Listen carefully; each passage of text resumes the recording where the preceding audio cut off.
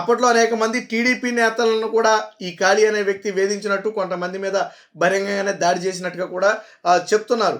So ఏది ఏమైనా మొత్తంగా ఏదైతే కృష్ణా జిల్లా పోలీసులు కొడాలి నాని ప్రధాన అనుచరుడిగా పేరొందినటువంటి ఈ కాళీని అస్సాం రాష్ట్రంలో అరెస్టు చేసి తీసుకువచ్చారో, దీంతో వైసీపీ వర్గాలలో ప్రధానంగా టెన్షన్ మొదలైంది.